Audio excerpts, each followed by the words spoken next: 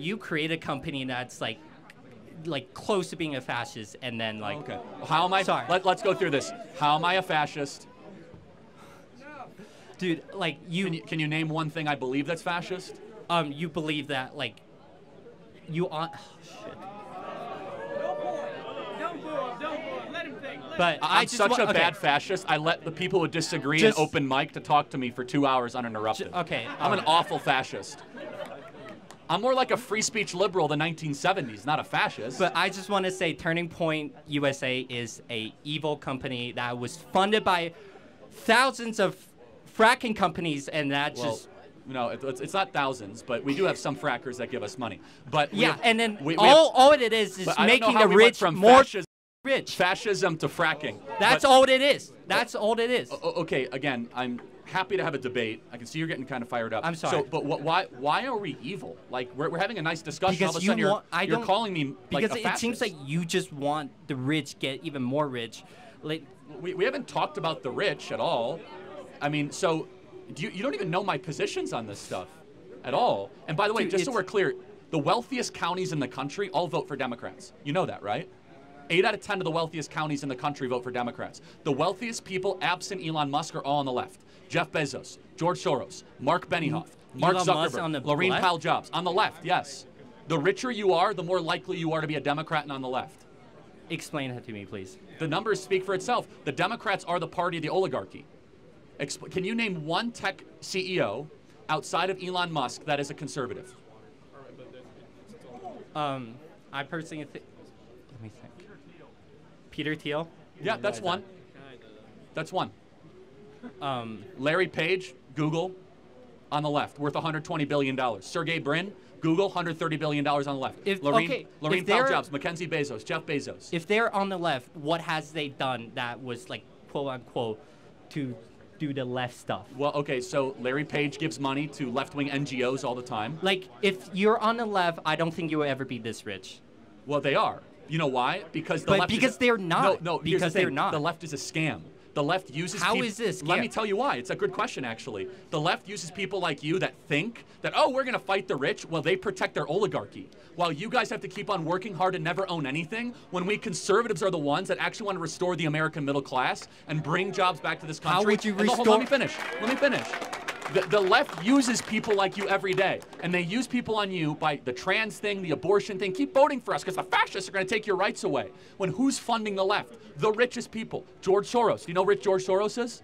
Who is funding? Dude, I have never seen a leftist organization come to campus spreading their propagandas. Because the whole university is a leftist organization spreading propaganda. It's liberal.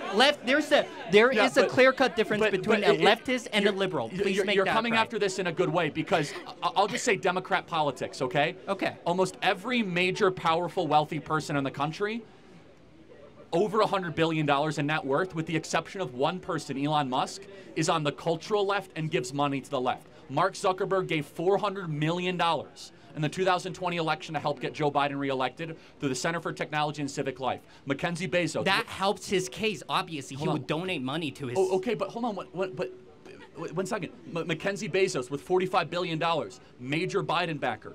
Laurene Powell Jobs worth $20 billion. Steve Jobs' widow, one of the most radical left-wingers in the Emerson Collective. Mark Benioff from Salesforce worth $12 billion. One of the most radical left-wing guys that you'll see out there. The eBay guy, Omador, one radical left-wing. It's so important for you on the left. You guys are being scammed and gamed, because they talk a good game about building the middle class, but it is not the party of democracy, it's the party of oligarchy. And you can go fact check me tonight, and you might actually have cognitive dissonance. Type in this: wealthiest counties in the country, they almost all vote for Joe Biden.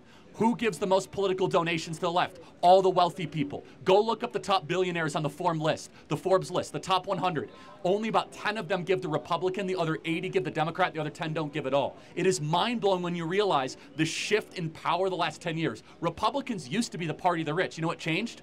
We nominated a class traitor as our nominee, Donald Trump. As soon as Donald Trump became our nominee, all the billionaires said, we don't want him anymore. He talks about things we don't like. He wants to end the wars, close the border, bring jobs back to this country. We want to keep on supporting a political party that doesn't want any of that stuff. Explain to me how Joe Biden represents the working class in this country. He doesn't. He very much supports the unions. It's a oh, hold on a second. The union or the union bosses? Big difference. The union bosses supporting the rank and file love Trump. The UAW loved Trump more than Biden. The carpenters union loved Trump more than Biden. The police union. The point is this, is that the Democrat Party, they are sitting on a house of cards of young activists that truly want to go like crush the rich. And there is some truth to that. Like there's a very rich oligarchy in this country that remains rich and stays rich off of gaming government systems and public policy. And you guys give them a free pass because you think that we're fascists when in reality, we're the ones that are actually fighting to destroy the oligarchy the most. All right, last question. Last point. Last question. Let's say, so you do want to fight for the American middle class, and that's how, my, yes. Okay, that's how does freer the market like helps with the middle again, class? I want precision in free markets, but how does free market support the middle class? Again, I'm not puritanical, but I think that generally more choices are a good thing. I think that generally supporting entrepreneurs is positive, but I think that mass immigration is really bad for American workers. There's no mass immigration. Well, first of all, how many people are? Wow. Well, you're right. There is mass invasion, but how many people are coming across the southern border every day? I don't know, but like no, I'm not actually genuinely curious. Can you guess? Okay. On what time frame? Every day. Every day. 500? Yeah. It's at its low point. It's at 10,000 right now. It was 15,000 last month. So what is that annualized? Let's play that out. A lot. Yeah, that's a lot. Yeah. So that's mass immigration, right? How many green cards do we give out every year?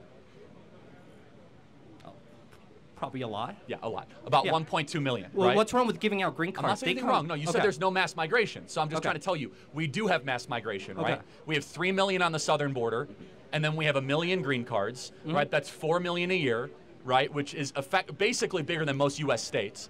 Now, everything comes with a cost. When you have mass migration, you're going to get lower wages. But that means you're going to disenfranchise American workers. What, are you studying computer science? Yeah, I am. Okay, so you're an American born, I'm guessing, American raised? I don't want to assume. I wasn't, but okay. I moved to the U.S. Okay, well, you're an American now, I guess. I don't know, maybe. Yeah, or you're I am. Student visa? Okay, you're going to now have to compete. You're kind of proving my point, but that's a separate issue. You're now going to have to compete against foreign labor for your computer science jobs. I think we have a moral obligation to American-born workers to give them preference and priority and restrict the labor supply so that our computer science majors can have higher wages, not to have suppressed wages so some tech CEO can bring in a bunch of Indians and suppress their, no, nothing against Indians, but just, bring down their wages. Personally, I just think that, like, if you came to America and then receive a green card, I think you get to work however you want. Like, okay, I think that American-born citizens and then should there be shouldn't be a priority because they're American citizens. Well, that's as long as you're that's where we're American different. citizen. I actually think you must have a priority to your own citizens, or else you don't have a government. You have something else. If you don't have a priority to your own people, I don't know what you have. You have a colony, not a country. You're just a big economy. Mm-hmm. And that's fine if that's your position. By the way, your position is held by the ruling elite, where I think that we should have a country, not just a colony, where the American-born citizens should be given preference over foreigners. Nothing against foreigners. I think they're nice people, but the Americans should be given first preference. And by the way, any sane country believes that. We're like the only country in the world that says, and certain European countries, come on in and take whatever you want.